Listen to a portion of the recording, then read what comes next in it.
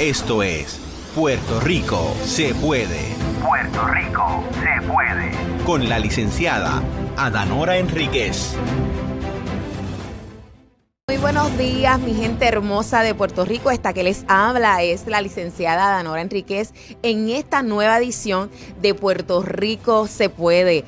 Y definitivamente estamos sumamente contentos. Llevamos 6 meses contigo, ya ahora cumplimos nuestros 7 meses y realmente ha sido una experiencia hermosa de crecimiento, ¿verdad? En ambos lados. Yo quiero recordarte que hemos estado los jueves a las 10 de la mañana durante los pasados 7 meses, pero yo te tengo buenas noticias. Gracias a todos los que participaron de nuestro sondeo para considerar si cambiamos la hora de la programación. Y tengo que decirte que a partir del mes de febrero, es decir, a partir de la semana que viene, empezamos el martes 1 de febrero a las 7 de la noche. Así no vamos a tener dificultades trayendo nuestros invitados que usualmente en el día tienen tanto que hacer. Así que ahora los vamos a recibir en la noche, mire, para que puedan descansar y puedan compartir con nosotros sus experiencias y sus conocimientos.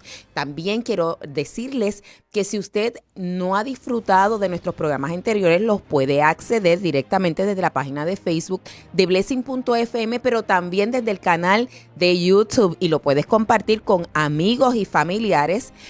Así que hoy tenemos una invitada sumamente especial para mí en lo personal, ¿verdad? Pero también para el pueblo de Puerto Rico. Ha sido una voz en medio del Senado de Puerto Rico y ella es la senadora Joan Rodríguez Bebe. Buenos días. Buenos días, Ada, y buenos días a tu público. Ya, por lo visto, cumplieron medio año. Oye, por lo sí. menos, y eso de que van a cambiar el horario me encanta porque para las personas nocturnas como yo, eso está perfecto. Yo sabía que yo le iba a traer buenas noticias. Hay muchas personas que me dijeron que en el día o están trabajando, están estudiando y querían poder interactuar con nosotros, así que lo estamos haciendo así. Hemos empezado en este año a considerar al inicio del programa algunas citas de gente que son importantes. Como de costumbre, hoy me acompaña nuestro programador Luis Omar Ramírez. Buenos días. Buenos días, licenciada. Qué bueno, qué bueno. Hoy vamos a escuchar algunas citas y vamos a hablar con la senadora sobre esta cita de quien fuera don Eugenio María de Hostos. Es una persona que definitivamente puso en alto a nuestro país de Puerto Rico. Óigame, yo estaba tan orgullosa y todavía estoy orgullosa. Mire lo que pasó, me encontré con que yo creía que Eugenio María de Hostos era puertorriqueño de pura cepa.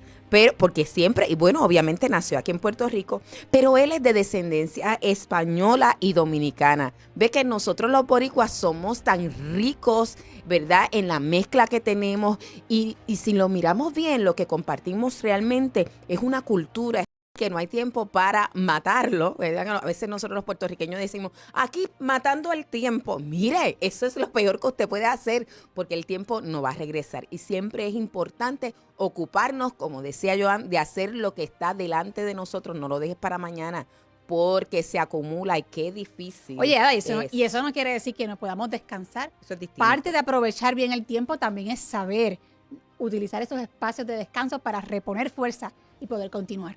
Exactamente. Mira esta sí que me gusta. Es larga, pero yo te pido que te pongas ahí con tu cafecito y puedas escuchar.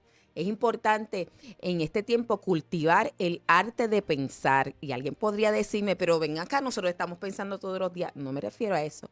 Me refiero a esa disposición de tomarte unos minutos para verdaderamente reflexionar de forma sosegada, ¿verdad? Así que eso es lo que estamos queriendo hacer en estos espacios en nuestro programa. Escucha esta cita. ¿De quién es? De Eugenio María de Hostos. Si usted no lo conoce, pues vaya a averiguar de él. Dice esto: hay en el mundo demasiados artistas de la palabra. Él era puertorriqueño, definitivamente. Hay en el mundo demasiados artistas de la palabra, demasiados adoradores de la forma, demasiados espíritus vacíos que solo a la ley de las proporciones saben obedecer. Y yo no quería ser uno de tantos habladores que, en tanto llenan de palabras sonoras el ámbito en que se mueven, son radicalmente incapaces de realizar lo que más falta hace en el mundo. Hombres lógicos. Mejor todavía esa cita. Esto ha ido increciendo. Ha ido increciendo. Pues sí, en otras palabras, estoy buscando parafrasearlo, Ada, Claro. ¿verdad? Es decir, no basta con las palabras bonitas. Y todavía más, urge el sentido común en el quehacer público para poder adelantar causas en las que creemos y tener un buen gobierno. Y es que antes de nosotros comenzar el programa, cuando llegó la senadora, estábamos hablando de qué era lo que se necesitaba para ser un buen político, ¿verdad? Un buen gobernante. Yo suelo decir que lo que necesitamos es cumplir con los requisitos de edad, residencia, ¿verdad? Donde usted vaya a postularse, si está en un municipio, pues que usted viva ahí. Y realmente honestidad y sentido común. ¿Y usted sabe qué? Eso es lo primero que ella me dijo, que a ella le preguntan, ¿qué se requiere para ser político, Joan? Sí, Ada, y precisamente hablábamos de eso, que va casualmente, ¿no?, a tono con esa cita que has compartido. Y le decía a Ada, mira, Ada, esto no es tan complicado. Lo que hace falta, además de los requisitos formales, como comentabas, es un sentido de coherencia, de hacer lo que uno dice que cree y atreverse a defenderlo, pero además hace falta una alta dosis de sentido común para realmente poder hacer un trabajo que sea razonable y que sea justo. Yo no creo que sea, ¿verdad?, mucho más complicado que eso, pero sin embargo, lo que parece simple no lo es, porque hay una carencia real de estos elementos. Pues fíjate, ¿y de dónde fue que yo llegué a esa conclusión? Número uno, porque mirando los requisitos establecidos por la Constitución y aquella Asamblea Constituyente que hizo un trabajo extraordinario, yo dije, ellos entendieron que esto es lo que hace falta. Y cuando miro actualmente que mucha gente cuando va a votar dice, no, hay que buscar gente preparada. Y yo digo, pero si es que hemos visto por décadas gente preparada en posiciones, no estoy diciendo que no tenemos que prepararnos, ¿verdad? Y educarnos, pero no es que eso es un requisito para gobernar, porque cuando veo tanta gente preparada sin sentido común, digo, wow, vale más una persona que a lo mejor no tiene un grado universitario tan grande, no tiene un doctorado, no tiene una maestría, pero tiene su sentido común, tiene honestidad, tiene la capacidad de resolver y manejar conflictos de manera sabia y saludable, puede escuchar al otro para llegar a las mejores decisiones. Y eso se ha perdido. Y qué bueno que ya en el primer año, tras el primer año, la senadora Rodríguez Bebe nos puede decir, definitivamente estás en lo cierto. Estás en lo cierto. Obviamente, como dices, a este sentido común hay que sumarle la empatía, que es de lo que estás hablando ahora, y sin duda alguna, la integridad. Así que estamos aquí y usted sabe que este programa nos dedicamos a enseñar sobre el sistema de gobierno, sobre nuestros derechos constitucionales, sobre cómo debemos descargar nuestras funciones como administradores de este gobierno, porque nosotros somos el pueblo y el pueblo es el soberano, hay una responsabilidad. Así que nosotros hemos estado en los primeros programas de este año fiscalizando a las personas por las que hemos votado y lo hemos hecho públicamente para darle a usted herramientas de qué es lo que tiene que hacer cuando usted se siente con sus legisladores, ¿verdad?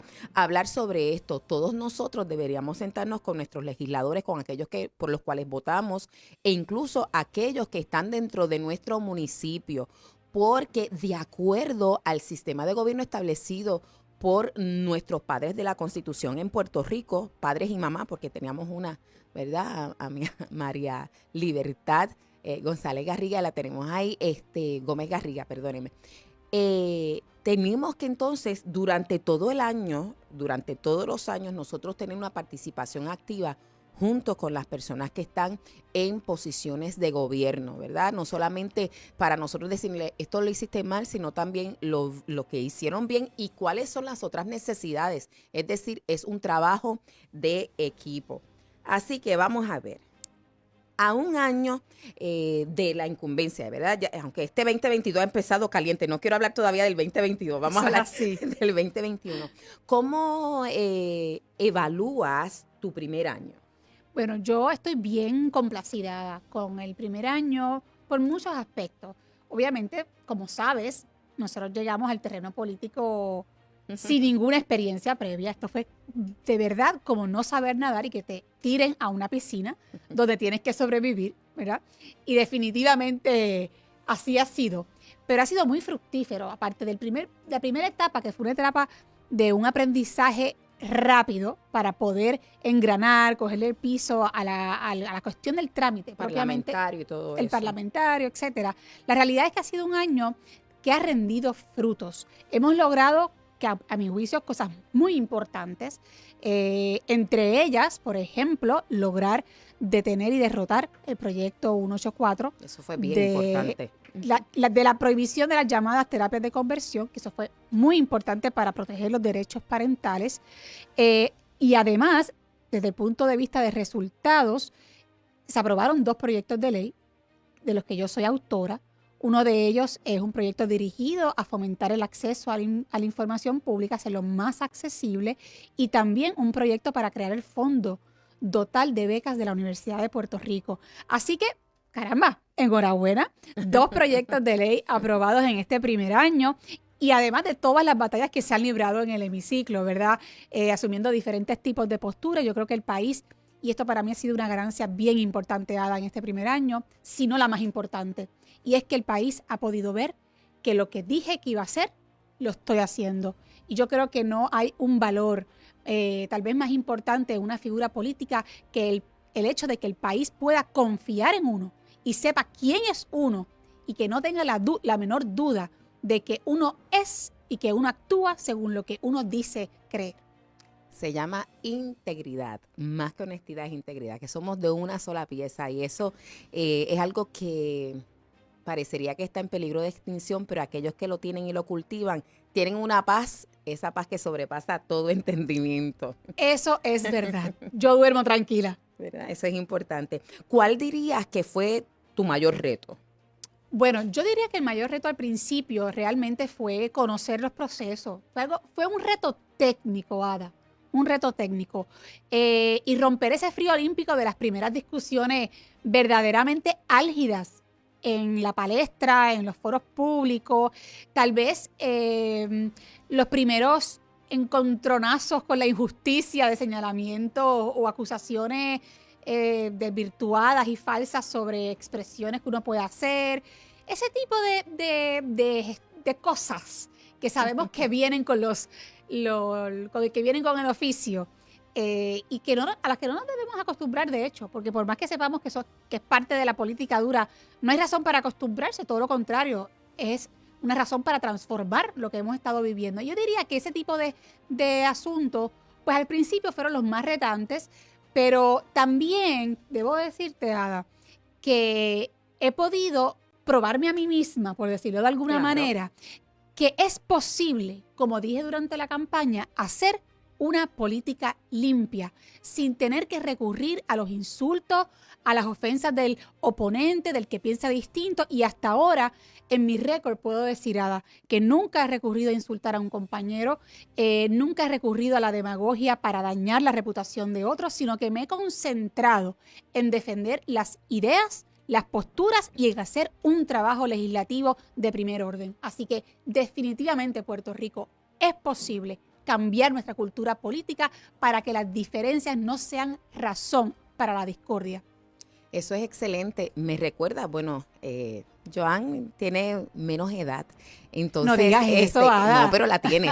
Entonces yo recuerdo en mi niñez, aunque yo no entendía mucho los discursos que daban los políticos. Yo recuerdo que en mi casa se oían tanto los de uno y los de otro, y no necesariamente como con este sentido de que todo lo que diga alguien que no comparte mi postura es malo y yo lo voy a desacreditar, sino que aún se veía un trato respetuoso y en aquello que alguien había podido ser muy efectivo, el otro se lo reconocía. Así que para ti es establecer, para mí, por eso te dije que la edad era importante en este sentido, es restaurar, porque nosotros en algún momento dado tuvimos eso, la capacidad de respetar al que no piensa distinto, pero no solamente escucharlo para, o sea, poner una cara de que te estoy atendiendo, pero mi mente está, no, sino verdaderamente honrar ese respeto y esa valía que le damos al otro, y escucharlo. Sí, Ada, y es que en definitiva, precisamente las diferencias no deben ser razón para el conflicto, sino precisamente hay que ver las diferencias como una oportunidad para poder acercarnos, dialogar, estar dispuestos a escucharnos mutuamente y tratar de descubrir si son posibles las convergencias. Yo te puedo dar fe que en mi camino legislativo hasta el momento he podido poner en práctica esto que estoy diciendo y en efecto he logrado y hemos logrado mis compañeros no solamente conocernos mejor a través del diálogo y tal vez derrumbar estereotipos o prejuicios que teníamos y crear muy buenas relaciones de trabajo, pero además poder llegar a acuerdos en beneficio del país, que a fin de cuentas eso es lo que queremos. Muy excelente. De hecho, en esos años yo recuerdo que la gente era electa y la campaña no volvía hasta un año antes de las elecciones. No vivíamos esto que tenemos en la actualidad, que parecería que la gente está en campaña todo el cuatrenio, ¿verdad? ¿Por qué? Porque era así, porque se descansaba, porque las personas electas entendían que tenían un deber para con el pueblo y como era para con el pueblo, pues buscaban de una manera más natural el converger para responder a esas necesidades. Pero ahora vamos a empezar. Usted sabe que usted quiere escuchar las preguntas difíciles. Pues vamos a empezar con ella. Zúmbala. Aquí está. Senadora, en más de una ocasión a usted se le ha acusado de buscar el protagonismo en la palestra pública. ¿Qué piensa al respecto? Bueno, Ada, tengo, ¿verdad? Primero que todo, lamentable, ¿no? Quienes así lo hayan podido percibir. Lo que yo sí te puedo decir es que mi función es trabajar. Y yo trabajo y busco comunicarme siempre que pueda y lo entienda necesario y oportuno directamente con el país. Y tal vez alguien pudiese interpretar, ¿no?, que esa comunicación directa, constante con el pueblo es de alguna manera una búsqueda de protagonismo, pero yo estoy clara que no lo es, sino que es parte del ejercicio político que vengo a hacer. Y yo creo que es todavía más importante que el país sepa que en todo momento yo reconozco que yo no estoy sola, ni hago las cosas sola, porque incluso aquella contribución que no es tangible y que no se ve, que es la oración, es lo que me sostiene a mí en el día a día. Y yo sé con conciencia que si no fuera por el respaldo abrumador de tanta gente que dobla rodillas por mí y por otros compañeros para que podamos hacer nuestro trabajo, el trabajo que hacemos no fuera posible. Y cuando ha habido circunstancias donde hemos tenido y he tenido personalmente que reconocer que las conquistas políticas que hemos alcanzado no ha sido el fruto de una legisladora, sino del trabajo en equipo y de unidad de todo un país, de todos unos sectores evangélicos, católicos, personas en su carácter individual, Eso. Organizaciones sin fines de lucro, asociaciones. Ada, así lo he dicho. Y ese es el claro ejemplo, por ejemplo, de lo que ocurrió con el currículo viejo de perspectiva de género.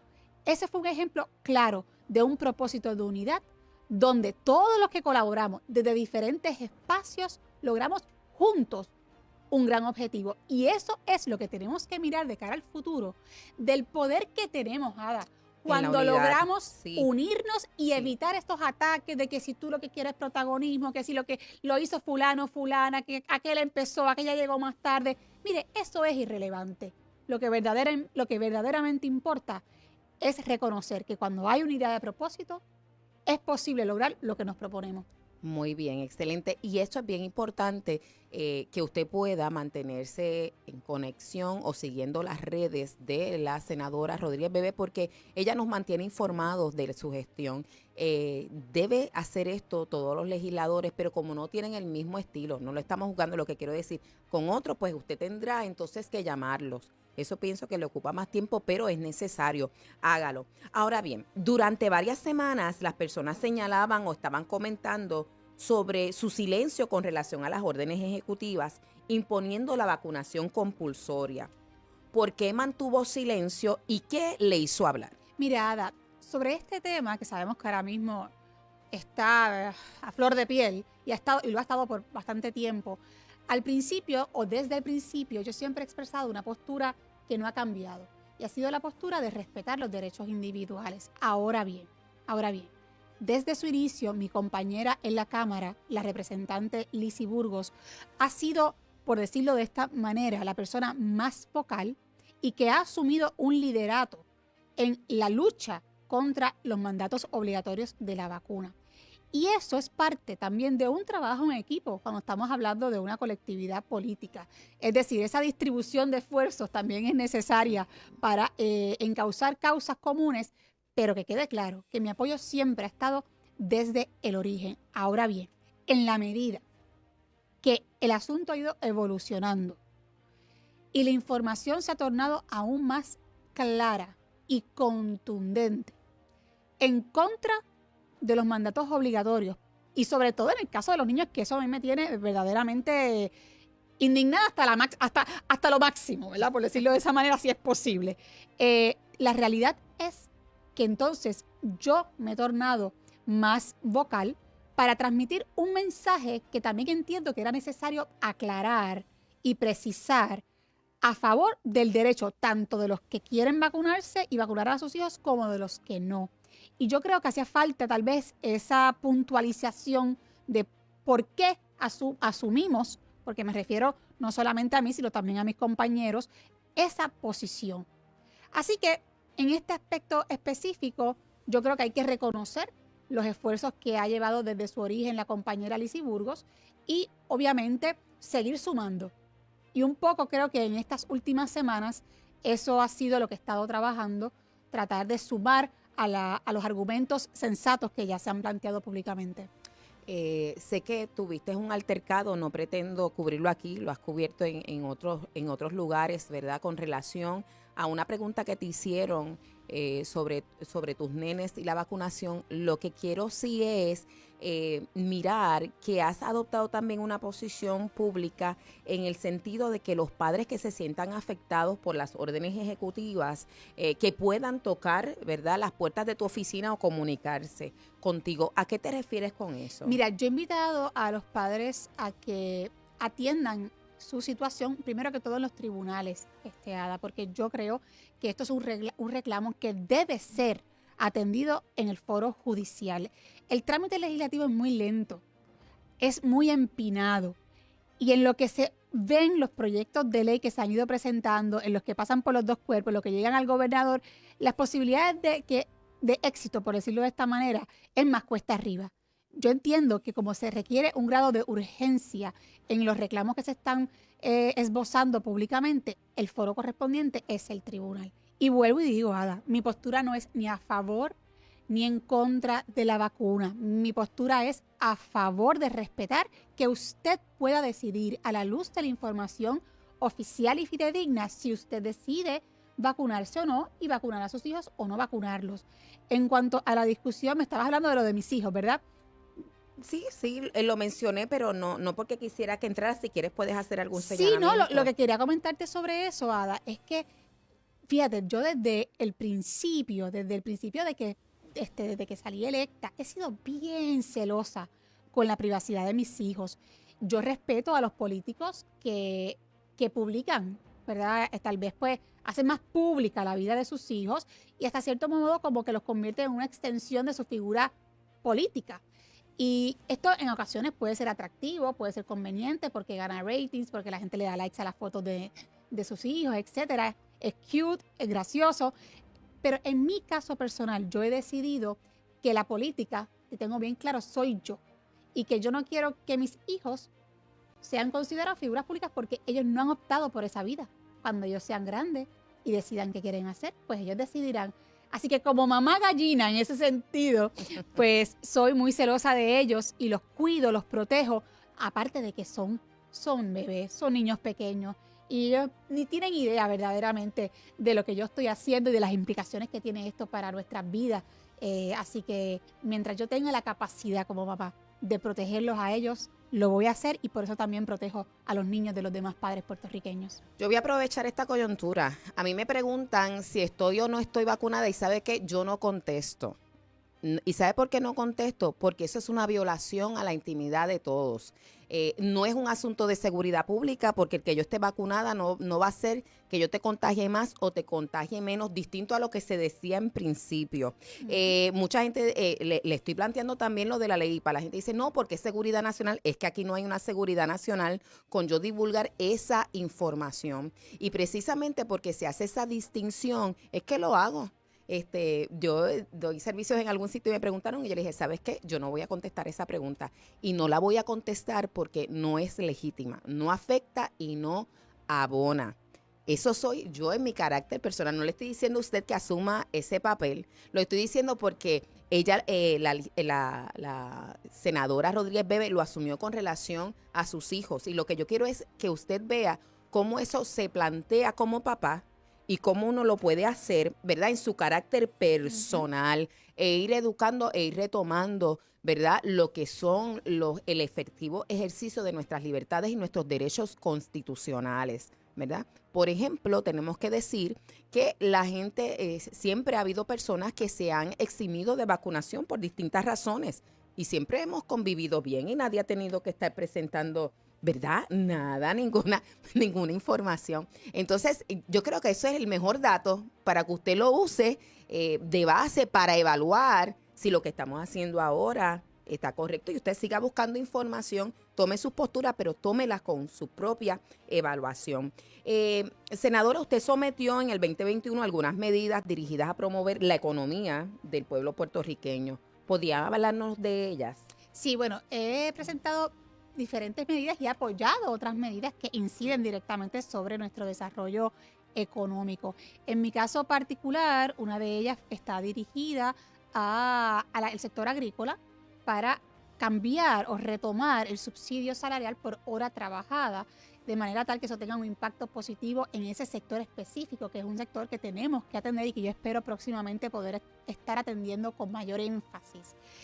También apoyé la medida presentada en el Senado para el crédito por trabajo, que yo creo que esa medida no la presenté yo, pero la apoyé firmemente y dije, esta es una de las medidas probablemente más importantes de la sesión legislativa, porque va dirigida a apoyar a un número significativo de familias puertorriqueñas, lo que representa a su vez no solamente mejor calidad de vida, sino también el poder invertir en esa economía local.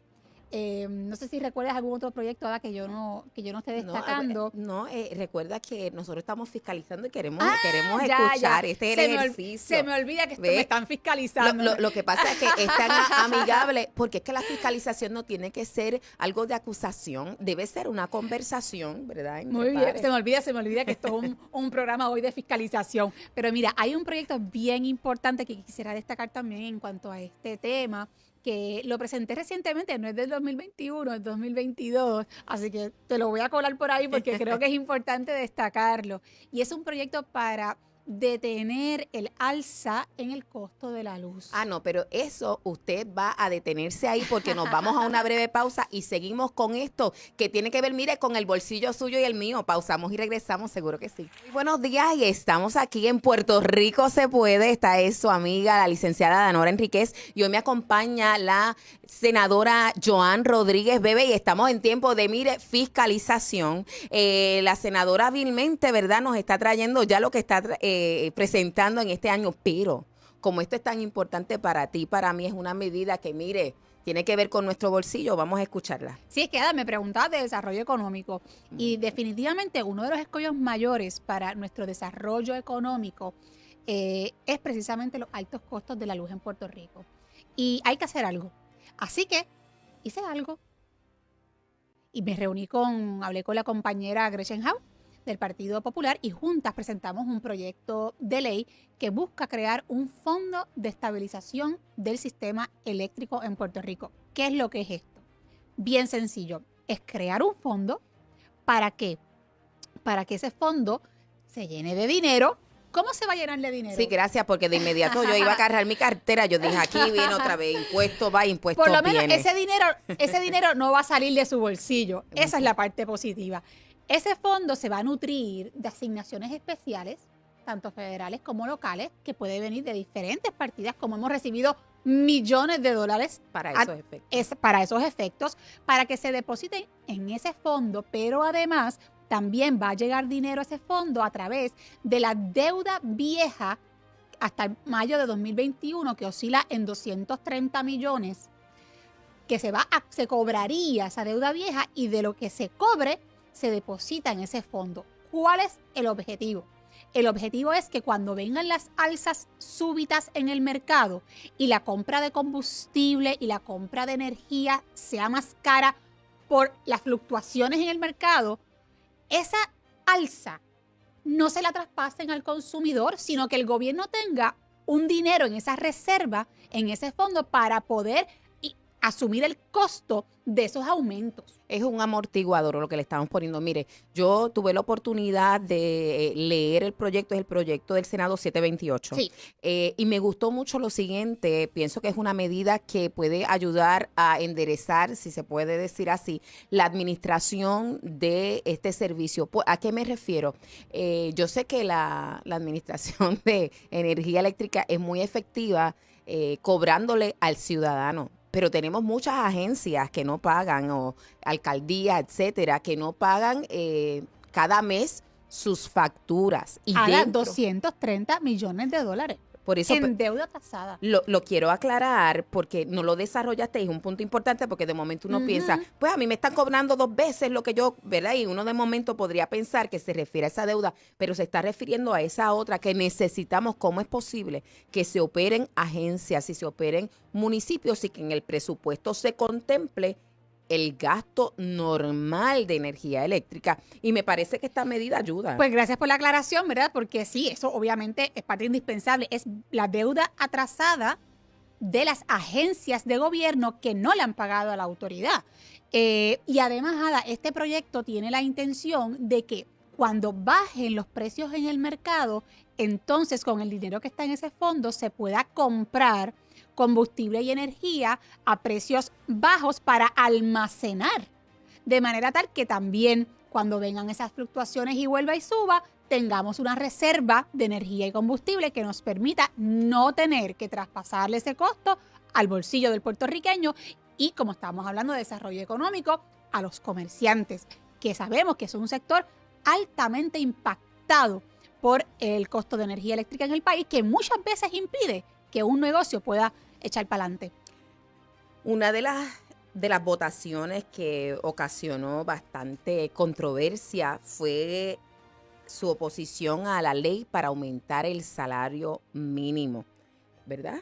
Mira, yo no me opuse a la ley de aumento del salario mínimo. De hecho, yo le voté a favor al proyecto que aumenta el salario mínimo, pero, ¿verdad? Y aquí pongo un pero fui clara en decirle al país la verdad.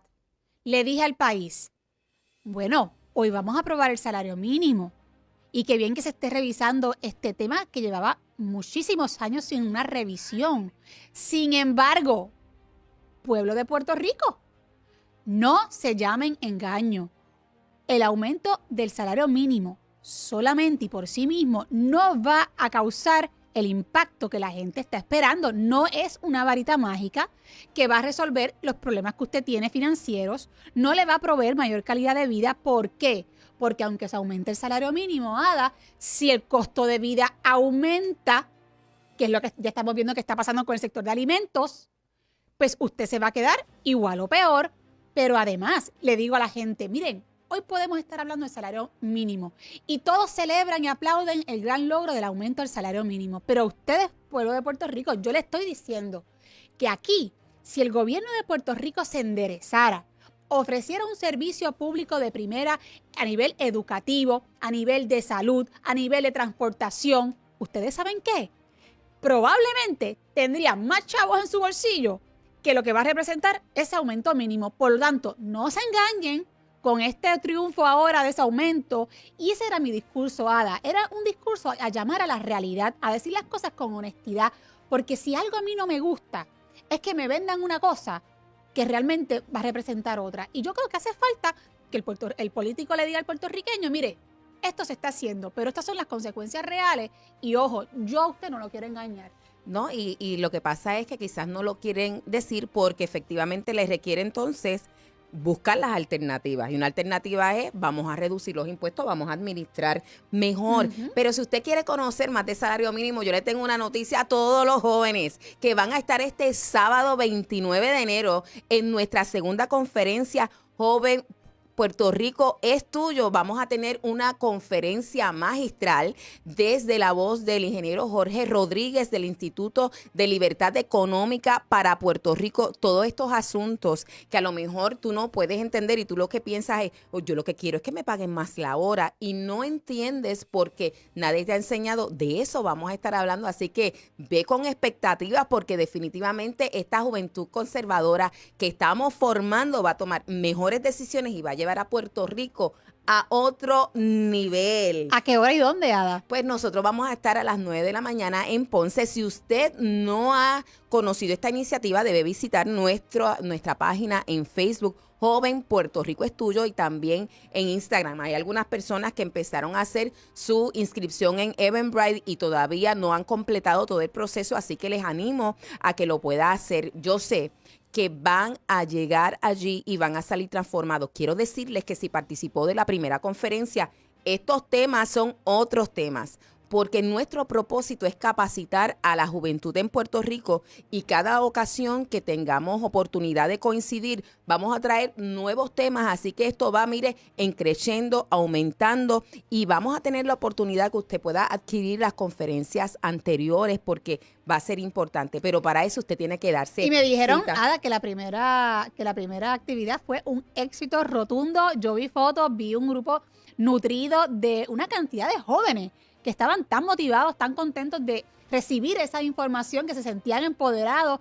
Así que, aunque yo no pude estar en esa, me lo contaron, me encantaría estar en esta segunda y también quiero unirme a tu invitación para que esa juventud, como dice Ada, se dé cuenta que Puerto Rico es suyo. Eso es. En estos días se ha estado hablando de una ley que le bautizaron popularmente como la ley del piropo. Es el proyecto del Senado 326 y usted fue la única opositora. Si usted es conservadora, usted es religiosa, ¿no era mejor que usted la apoyara? Mirada, vamos a desmenuzar el 326. Como siempre he dicho, el problema con ese proyecto no era el propósito. El proyecto tenía o tiene un objetivo que yo creo que todos respaldamos y es promover el trato respetuoso y decoroso entre todas las personas en todos los escenarios. Eso es legítimo. Eso es Claro, y totalmente con eso legítimo. estamos todos de acuerdo. ¿Qué es lo que pasa? Que no bastan las buenas intenciones para legislar. Cuando uno legisla, uno tiene que legislar dentro de unos parámetros jurídicos para que esos proyectos de ley en efecto sean viables, ejecutables y por lo tanto tienen que ser constitucionales. No pueden violar las normas del derecho y esa fue mi crítica. Mi crítica fue dirigida precisamente a señalar que ese proyecto, tal como estaba redactado, era un proyecto que tenía unas fallas jurídicas serias. En términos legales, Ada, era un proyecto, y lo voy a decir rápido, que adolecía de vaguedad y amplitud excesiva y que violaba el principio de legalidad. ¿Qué quiere decir esto? Esto quiere decir que una persona verdaderamente no puede saber, a la luz de lo que está escrito ahí, cuándo su conducta pudiese constituir un delito o no. Y por tanto, en otras palabras, que no es claro el proyecto, que se presta para mucha confusión e interpretaciones. Y esa fue mi observación. Y yo creo, Ada, que hasta el sol de hoy, la inmensa mayoría se ha dado cuenta que mis argumentos iban en la dirección correcta. Y de hecho, debo comentar, ningún constitucionalista en Puerto Rico, ningún profesor de derecho criminal ha dicho lo contrario, no han apoyado este proyecto. ¿Por qué? Porque de su faz, de lo obvio, hay que concluir que el proyecto no pasaría un crisol constitucional. Eso es correcto. Cuando yo lo escuché, yo dije, mira, adolece de vaguedad. Nadie va a saber cómo poder evitar incurrir en ese comportamiento. De hecho, usted podría incurrir como estaba originalmente ese proyecto podría estar alegadamente incurriendo en el delito y ni siquiera tener contacto con la persona ni haberlo visto. Es que la persona se sienta de alguna manera afectada. Mira, Ada, y vamos más allá. En Puerto Rico ya está tipificado como delito el acoso sexual, está tipificado el acecho, está tipificado la conducta obscena. Sin embargo, este proyecto, para algunos de esos mismos delitos que ya están tipificados con penas mucho más rigurosas, lo que hace es reducir la pena. Y entonces, por ejemplo, tiene por un lado el absurdo de que si alguien pita y alguien lo interpreta como un acoso, la persona tiene ya un cargo penal. Pero por otro lado, tiene el absurdo de que delitos más serios, como pudiese ser, y voy a dar este ejemplo, un delito de un acto obsceno público, como sería el caso de una masturbación, Sí, por ejemplo, una exposición deshonesta, esa persona tiene que pagar solamente $50 y coger un taller. ¿Pero cómo es posible? Precisamente porque es que es un proyecto que no está bien trabajado. O sea, no podemos ni exagerarnos por un lado y poner penas que son irrazonables, y por otro lado tampoco podemos bajar las penas que ya existen de delitos más serios. Es decir, es una mirada mucho más compleja. Esto, Ada, sin entrar tan siquiera en la discusión de libertad de expresión, Sí. que porque de hecho esa Te digo, discusión, el derecho a la mordaza le puse. mira, Ada, en Puerto Rico esa discusión tampoco se dio. Pero hay que entender que en otros lugares de donde vienen estas ideas de prohibir el acoso callejero, vienen de países donde no hay en su constitución lo que se conoce como la primera enmienda, ¿verdad? Y por lo tanto no son comparables, no es un derecho que uno pueda traer de otra jurisdicción e implantarlo aquí porque son realidades jurídicas distintas. ¿Qué es lo que yo pienso? Porque yo también quiero educar y fomentar el trato respetuoso entre las personas. Pues. Yo creo que ese proyecto vendría siendo realmente como una expresión de política pública. Oye, pues vamos a trabajar como sociedad una campaña educativa, una Exacto. campaña de anuncios bien chévere, bien cool, que de verdad llegue a la gente. Eso, por ejemplo, en Perú se estaba haciendo una campaña de lo más nítida de una señora guiando un carro, que era un carro como si fuera un guante de boxeo. Y yo creo que en Puerto Rico, ¿verdad? Todos nos podemos identificar con el boxeo. Y entonces la señora iba identificando personas que iban cruzando en la carretera y como que iba con el carro. Claro, puede ser un poco violento. Pero el punto es que se pueden buscar formas creativas Sí, cómo transmitirlo. de llevar ese mensaje. Yo recuerdo en el tiempo en que yo era pequeña, en las campañas que hacían del gobierno contra lo que era el uso de drogas o para fomentar la educación a la familia. Todavía hoy día, usted sabe de qué época es, porque si alguien sale cantando, la familia es una todos lo sabíamos. Y esta es mi escuela, pero porque a eso voy. O sea, sí se puede hacer una Claro. campaña. Le estoy diciendo, mire, ha llovido, no tanto, pero han ocurrido algunos huracanes de esa época. Y todavía nosotros nos acordamos y todavía podemos identificar las emociones que nos traían esas campañas a nosotros y el resultado. Por ejemplo, había una campaña que era contra uno meterse en crimen y estar con las juntas que no debía. Y eso era una historia de unos gemelos, Pellín y Pillín. El asunto es que el que no ha escuchado esa campaña, en un momento dado, Pillín, obviamente que le ponen el nombre a propósito, lo meten en la cárcel y cuando cierran aquella celda, el cantazo, el sonido, mira, aquello se te quedaba tan registrado que si usted Lo estaba considerando. no, pero te voy a decir, si era un papel, porque acuérdate que cuando uno como pequeño asume reglas, uno no está pensando, ¿verdad?, en esa magnitud. Entonces, si tú sabes que los padres le enseñaban a uno que si había un papel, aunque no fuera tuyo y estaba ahí, tú lo tenías que coger y echarlo al zafacón. Pues si tú por casualidad te querías hacer de la vista larga, tú te acordabas de eso, mira, y lo recogías a ese nivel de efectividad porque te estimulaba a seguir las reglas, porque realmente no querías darte oportunidad de llegar a eso. Así que creo que hace falta buenas campañas en los medios que nos ayuden otra vez a conectarnos como sociedad, a apreciarnos, a valorarnos. Y esa legislación, yo decía, bueno, ¿y qué vamos a hacer con las canciones de Bad Bunny, etcétera? No lo traigo porque tenga una campaña en contra de él, sino que eso sea considerado arte por ser parte de la libertad de expresión. Pues mira, según ese proyecto, si alguien estuviese cantando esas líricas en la calle y pasa una persona delante y se siente ofendida, pudiese presentarle un caso de acoso callejero. Por eso fue que yo dije que uno podría incurrir en el delito sin enterarse. Claro. Por eso es que este proyecto no es viable, Ada, es que sencillamente no se sostiene. Mire, imagínese usted en una luz roja. Yo no escucho ese tipo de música, pero usted tiene ahí el sonido a todo lo que da. Y usted está mirando para la derecha y para la izquierda porque va a cambiar a verde. Y alguien sintió que usted lo miró y usted ni estaba fijando, usted está mirando los carros. Ya para adentro. Bueno, qué bueno que eso no lo vamos a hacer. Yo espero que lo cuelguen rápidamente en la cámara. Definitivamente. En este próximo año, ¿verdad? Que ya comenzó. ¿Cuáles son tus planes? ¿Qué tú ves? ¿Hacia dónde se van a dirigir tus esfuerzos?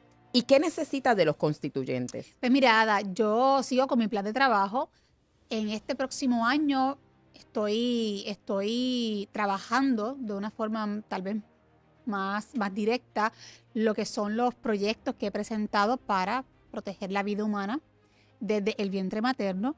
Esos proyectos se fueron presentando desde el año pasado, pero ahora en el trámite legislativo es que van a tener mayor relevancia en la discusión pública, así que yo le pido al país que estemos bien atentos de lo que va a estar pasando con este tema, porque ustedes saben que cuando llega tiempo de elecciones, el tema del aborto siempre sale a discutirse y la mayoría, por no decir verdad, la inmensa mayoría de los políticos tratan de escabullirse por el lado. Así que con estos proyectos el país va a tener certeza de quiénes son los políticos pro vida en Puerto Rico y quiénes de verdad no lo son, sino que es de la boca para afuera.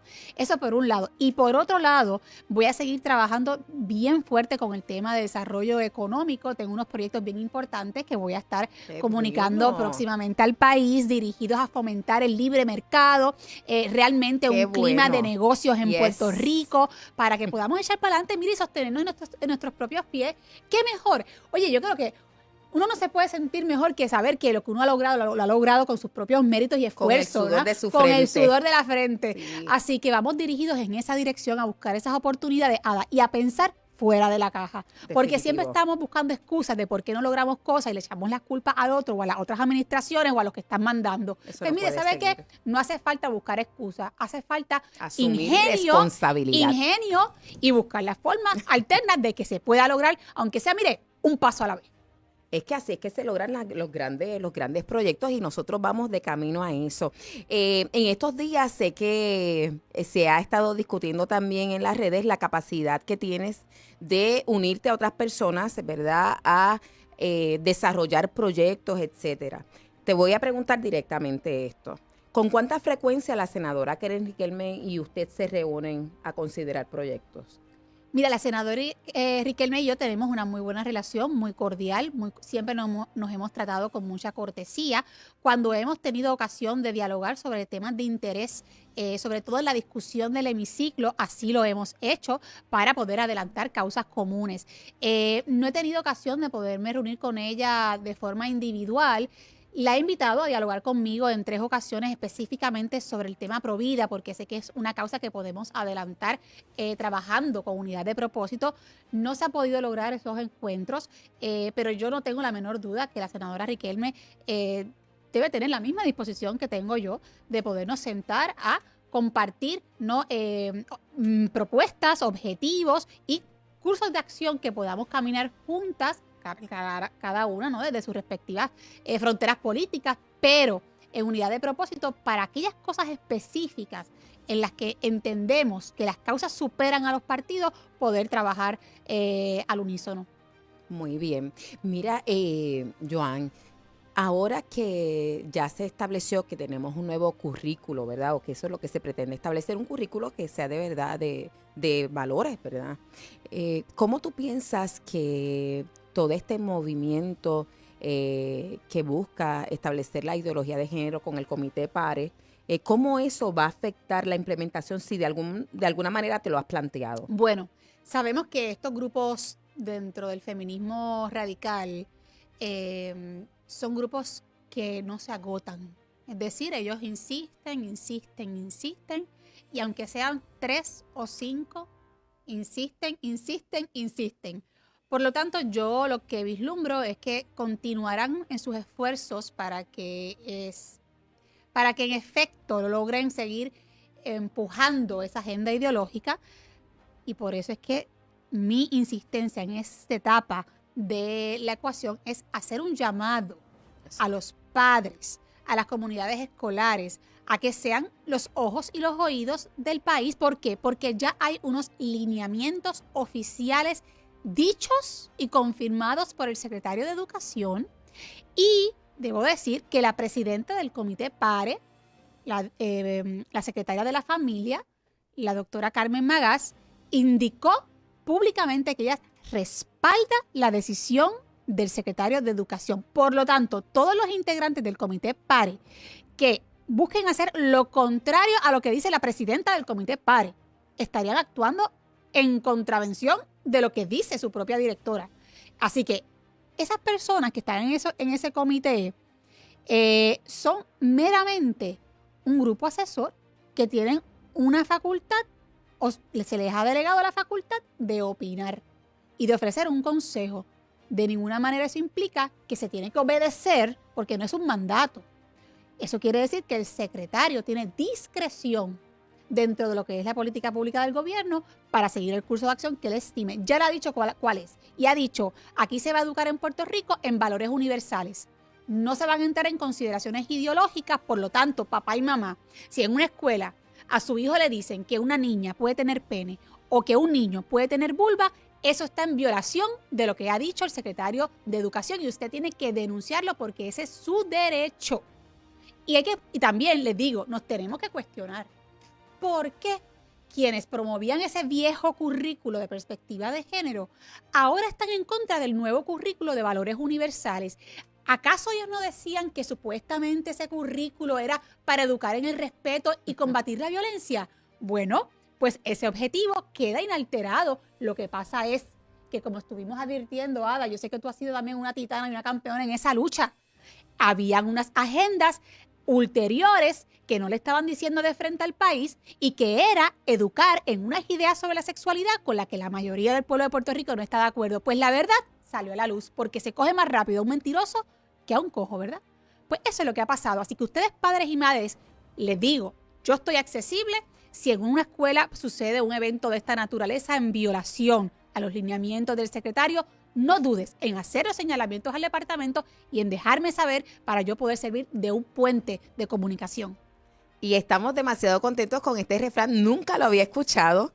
Se escoge más rápido un mentiroso que a un cojo. La semana que viene, en nuestro programa estreno, una de las citas que voy a considerar con el licenciado David Ramos va a ser esta de la senadora Joan Rodríguez Bebé. Joan, gracias por haber estado con nosotros. Tus últimas palabras. Pues gracias, Ada, por volverme a invitar a tu espacio. Espero que me invites ahora cuando sea a las 7 de la noche para ver, y a ver si llego como que un poquito más relax, ¿verdad?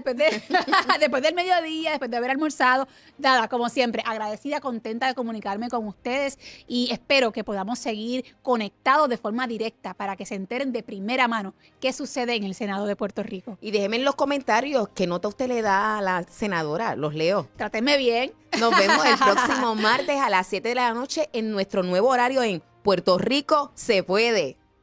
Esto es Puerto Rico Se Puede. Puerto Rico Se Puede. Con la licenciada Adanora Enríquez.